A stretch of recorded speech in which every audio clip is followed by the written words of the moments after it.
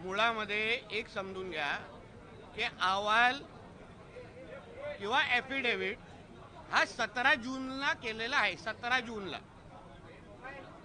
तो आज तुमच्या नजरेसमोर आलेला आहे. आणि जो ॲफिडेव्हिट सरकारच्या वतीने SITच्या वतीने कोर्टामध्ये गेलेला आहे त्याबद्दल नेमकं कोर्टाने काल काय ऑब्झर्वेशन दिले त्याबद्दल थोडी तुम्ही माहिती घ्यावी. तुमचे कोर्टचे बीटचे रिपोर्टर असतात त्यांच्याकडून थोडी माहिती आपण लोकांनी घ्यावी. शेवटी हा विषय फक्त नितेश राणे पुरता नाही, दिशा सालियांच्या स्वतःच्या वडिलांनी पण आरोप केलेले आहेत. आणि जो ॲफिडेव्हिट काल जो दाखल झाला 17 जूनला त्याच्या विरोधात तिच्या वडिलांनी पण एक दुसरा ॲफिडेव्हिट केलेला आहे त्याला चॅलेंज करण्याचा. म्हणून हा कोर्टात मध्ये चालू असलेला मॅटर आहे. कोर्टामध्ये त्याबद्दल किती भाष्य करू शकतो याच्याबद्दल प्रश्नचिन्ह आहे. आणि मुळामध्ये हा फक्त नितेश राणेचा विषय नाही, राजकीय आरोपाचा विषय नाही. मग दिशा सालियांचे वडील ज्यांनी स्वतःची मुलगी गमावली ते पण काय राजकीय आरोप करणार आहेत का? ते पण कोणाचं नाव मुद्दामून घेणार आहेत का? ते स्वतःच्या त्यांनी जे ॲफिडेव्हिट जे त्यांनी कोर्टामध्ये केलं त्याच्यामध्ये त्यांनी आदित्य ठाकरे, डिनो मोरिया सगळ्यांची नावं दिशा सालियांच्या वडिलांनी घेतलेली आहे. एक लक्षात घ्या. आणि म्हणून मी एवढंच सांगेन की पिक्चर अभी बाकी आहे, पूर्ण पिक्चर अजून संपलेला नाही. 16 तारीख दिलेली आहे. पुढच्या तारखेनुसार त्या तारखेवर काय होतं ह्या दिशा सालियांच्या केस संदर्भात आपण बघू, काय हरकत नाही. राज्य सरकार आणि आत्ताचे पोलीस आत्ताच्या त्यांना शेवटी काय जे नजरेसमोर दिसलं असेल तेव्हा त्यांनी योग्य पद्धतीने अहवाल दिला. तुम्हाला आठवत असेल जेव्हा SIT गठीत झाली त्यानंतरच मी एक पत्र पण दिलेलं की त्याच्यातला एक जो अधिकारी आहे तो त्या सगळ्या विषयामध्ये साथीदार आहे दिशा सालियान केसमध्ये, तिच्या मर्डरमध्ये, तर त्याला बदलण्यात यावा असंही पत्र मी दिलेलं. आणि म्हणून जो काय ॲफिडेव्हिट दिलेलं आहे ते कोर्टामध्ये सादर केलेलं आहे. माननीय कोर्ट त्याबद्दल निर्णय घेईल. दिशा सालियांचे वडील याबद्दल त्यांनीही ॲफिडेव्हिट काउंटर ॲफिडेव्हिट दिलेला आहे. त्या सगळ्या बाबतीमध्ये 16 तारखेला काय होतं हे पाहू. म्हणून जसं मी बोललो पिक्चर अभी बाकी आहे. दुसरं पण एक विषय समजून घ्या की कोर्टामध्ये आदित्य ठाकरेंनी दिलेले प्रतिज्ञापत्र जे आहे त्याच्यामध्ये त्यांनी मी आमदार आहे म्हणजे तो स्वतः आमदार आहेत हे त्यांनी लपवलेलं आहे. मी समाजसेवक आणि उद्योजक आहे असं त्यांनी कोर्टाला खोटी माहिती दिलेली आहे. त्याच्या विरोधात पण एक याचिका झालेली आहे.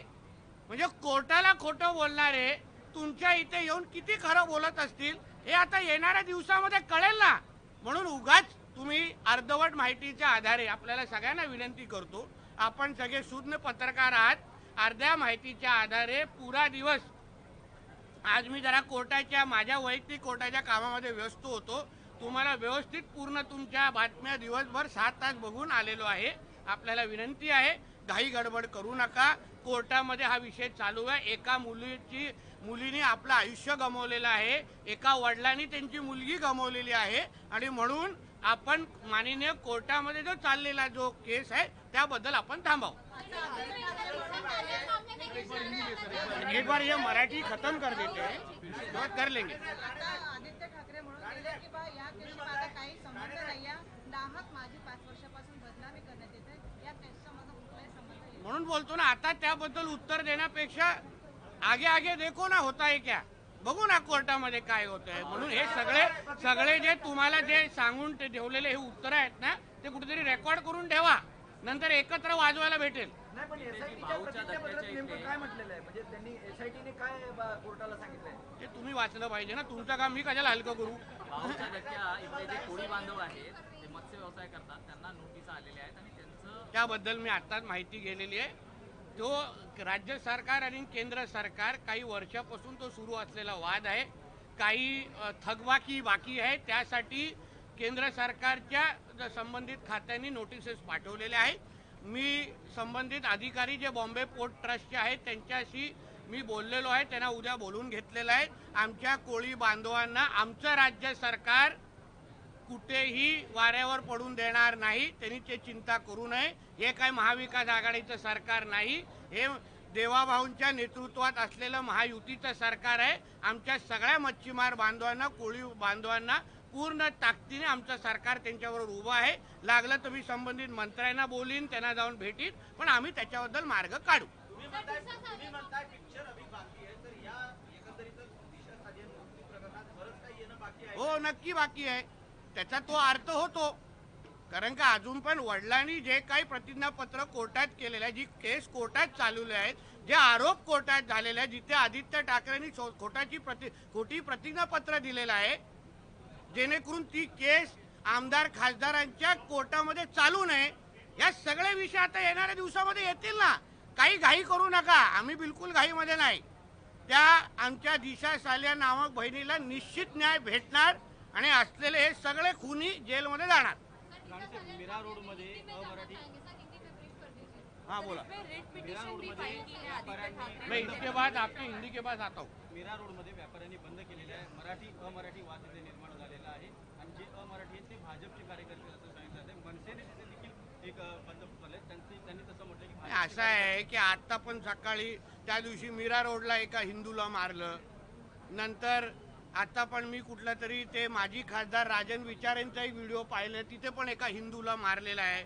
एवढा ढोंगणात ताकद आहे ना, जाऊन मोहम्मद अली रोड आणि नल बाजार, भेंडी बाजार मध्ये एका कोणाला तरी दाढी आणि गोल टोपीवाल्याला कानफडीत फडवा ना.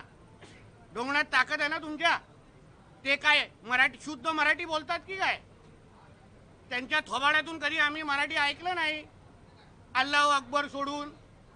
मग तिथे काय नाही त्यांचे थोबाड फोडायची हिंमत करत, तिथे काय नाही एका फेरीवाल्याला पकडत. आमच्या कुठल्याही हिंदूला अशा पद्धतीने कोण मारत असेल तर आमचं सरकार नक्की कारवाई करणार. हे हिंदूंनी बसवलेलं सरकार आहे, हिंदुत्वादी विचाराचं सरकार आहे. म्हणून असे कोण काय करत असतील त्याला मी गाडी देतो, जा ना आता नळ बाजारला जाऊन उभा राहा. तो काय तिकडले असलेले फेरीवाले जे मटण विक्रेत ते काय मराठीमध्ये बोलतात, तिथे आपली हिंमत दाखवायची नाही. सगळी छाती ताण करून की आमच्या घरी हिंदूंना दाखवायची. तिथे सांग मराठी में बोलो, मग कुठून आजान काढतील दिसेल. मग हिंमत दाखवायची, आम्ही तिथे बोलण्याची हिंमत ठेवतो. आणि बाळासाहेब ठाकरेंच्या विचारात चालणारे शिवसैनिक आहे ना, हे नालबाजारमध्ये जाऊन कान फडवतील आणि त्या लोकांना तोंडाने मराठी काढतील, गरीब हिंदूंना मारणार नाही. म्हणून अशा पद्धतीचे प्रकार वारंवार अगर आमच्या हिंदूंवर होत असतील ना, तर आमचं पण सरकार तिसरं डोळं उघडेल, हे तरी लक्षात ठेवावं. पण यामध्ये हिंदी आणि मराठी भाषेचा काही संबंध नव्हता, तो वैयक्तिक भांडण होतं. त्यामुळे अशा ते तुम्ही मीडियावाल्यांनी जे दाखवलं त्याच्यावर आम्ही बोलतो. मग मीडियावाल्यांनी सांगायचं होतं ना वैयक्तिक भांडण होतं. ठाकरे ने बोला है वैयक्तिक झगड़ा हुआ है, जबकि जो है उत्तर भारतीय को मारा गया है वहाँ पर. मारा ही गया है ना, एक हिंदू को मारा गया है ना, एक हिंदू को मारा गया है. तो मुझे बोलना है कि इतनी हिम्मत जाके नल बाजार और मोहम्मद अली रोड में दिखाओ ना. वो जो दाढ़ी वाले और गोल टोपी वाले क्या मराठी में बात करते क्या? शुद्ध मराठी में बात करते क्या? उधर जाने की, उनको कान के नीचे बजाने की हिम्मत नहीं है. जावेद अख्तर क्या मराठी में बात करता है क्या? आमिर खान क्या मराठी में गाता है क्या? उधर उसके मुंह से मराठी निकालने की हिम्मत नहीं है. ये गरीब हिंदू को क्यों मारने की हिम्मत कर रहे हो? ये सरकार हिंदू ने बिठाई है, हिंदुत्व विचार की सरकार है. इसलिए इस तरह की कोई भी अगर कोई हिम्मत करेगा तो हमारी सरकार भी तीसरी आंख खोलेगी. इतना मैं कहना चाहता हूँ. हिंदू राष्ट्रामध्ये हिंदूंना फूट पडण्यासारखी आहे. आमच्या देशाला इस्लाम राष्ट्र बनवण्याचे हे षडयंत्र आहेत. अहो, आमच्या हिंदूंची जनसंख्या मुंबईमध्ये कमी करण्याचे प्रयत्न होत आहेत. लव जिहाद, लँड जिहाद आणि ह्या सगळे नाटकं करून हिंदूंचं पलायन कसं होईल, हे सगळे प्रयत्न, त्याच्यामध्ये हिंदूंनाच मारण्याचे कार्यक्रम होत आहेत. मालवणीमध्ये जावा ना, ते काय सगळे एकदम शुद्ध मराठी बोलतात की काय? तिथे का नाही जाऊन मारत एक पण? हे जे कोण छाती ताणून बोलतायत ते.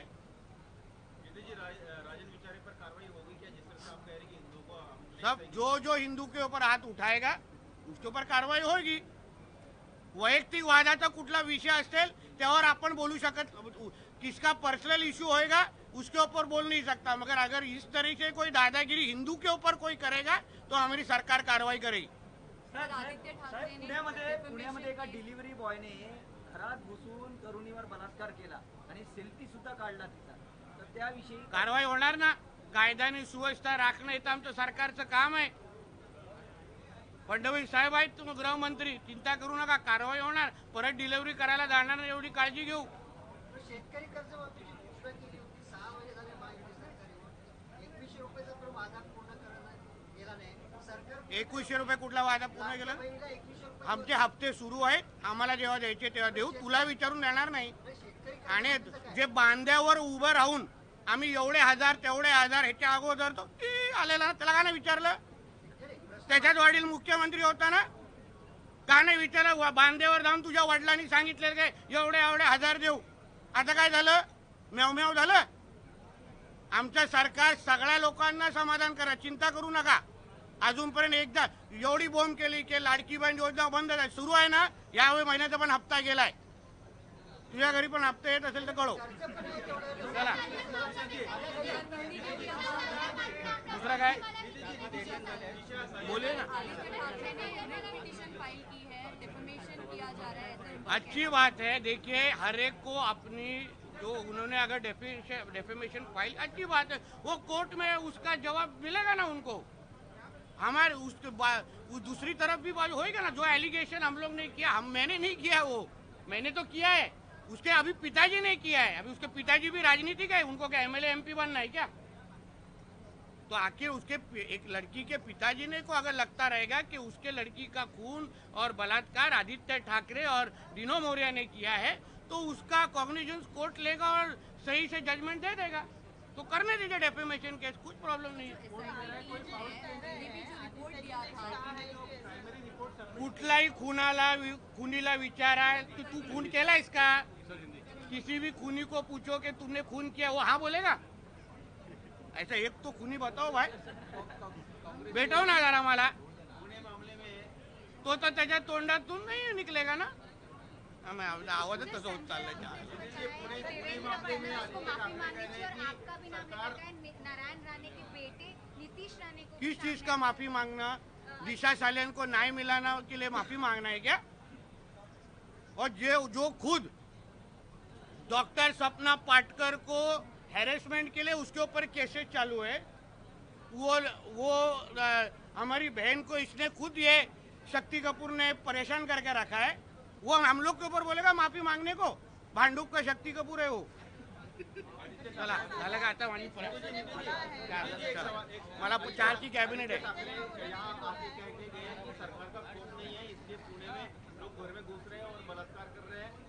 सरकार का खौफ क्या है ना, वह कहीं आने वाले महीने में समझेगा, जब भी दिशा सालियान का जजमेंट आएगा तो भी समझेगा कैसे करजत के फार्म हाउस में भाग के जाता है। लास्ट में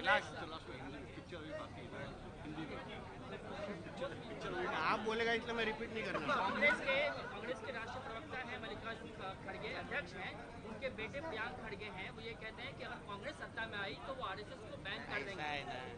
कांग्रेस कभी सत्ता में आने वाली है नहीं। एक हाँ, ये मुंगेरी लाल के हसीन सपने हैं, उसको भी मालूम है जो सच होने वाला नहीं है। उसके पिताजी कभी प्रधानमंत्री नहीं बनने वाले, तो सपना देखने का क्या प्रॉब्लम है?